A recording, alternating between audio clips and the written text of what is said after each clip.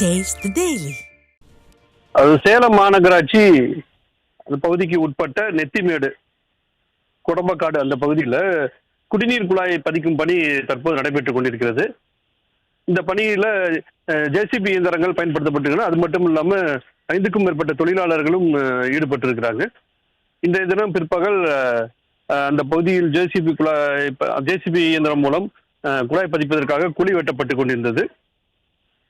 அப்போது அந்த அந்த குழியை ஒட்டி வந்து இன்டர்நெட் கேபிள் செய்யக்கூடிய கம்பம் ஒன்று இருந்திருக்கிறது.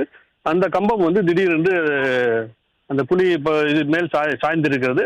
அப்போது அந்த இடத்தில் வேலை செய்து கொண்டிருந்த 9ஆம் சேலம் மாநகராட்சி 9ஆம் பாலி அந்த பகுதியை சேர்ந்த பெரியண்ணன், இவருக்கு வயது 30. அந்த தொழிலாளி மீது கம்பம் விழுந்ததுல அவர் வந்து அந்த சம்பவ இடத்திலேயே இறந்து விட்டார். அதனால அந்த குழிக்குள் விழுந்து அவர் மீது மண்ணு மூடி இருக்கிறது. அதனால் சம்பவ இடத்திலே இறந்து விட்டார். அது மட்டும் இல்லாமல் மேலும் 2 தொழிலாளர்கள் பூவரசன் மற்றும் சித்தன் ஆகியோரும் அவர் வந்து படுகாயம் அடைஞ்சிருக்கிறார்கள். உடனடியாக அவர்கள் இருவரும் ஆம்புலன்ஸ் மூலமாக அழைத்து செல்லப்பட்டு சேலம் அரசு மருத்துவமனையில் சிகிச்சைக்காக அனுமதிக்கப்பட்டிருக்கிறார்கள். நம்ம இதில் வந்து குறிப்பிட்டு நம்ம சொல்ல வேண்டும் என்றால், ஒரு இடத்தில் வந்து இது போன்ற குழி வெட்டும் பணி நடக்கும்போது அந்த இடத்தை ஒட்டியுள்ள கட்டுமான பகுதியை வந்து ஆய்வு செய்ய வேண்டும்.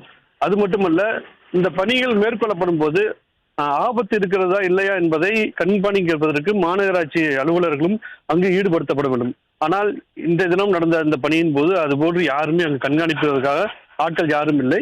அங்கிருந்த தொழிலாளர்கள் மட்டுமே அந்த பணியில் ஈடுபட்டு இருக்காங்க. அதனால் அவர்களுக்கு உண்டான அந்த அறிவை பயன்படுத்தி அந்த கம்பம் விழுமோ விழாதோ என்ற எந்த எண்ணத்தில் கூட அவர்கள் வந்து அலட்சியமாக இருந்திருக்கலாம் என்ற ஒரு கருத்து நிலவுகிறது. மாநகராட்சி அலுவலர்கள் இது முறையாக கண்காணிச்சிருந்தாங்கன்னா இது போன்ற விபத்து ஏற்பட்டிருக்காது, உயிரிழப்பும் ஏற்பட்டிருக்காது.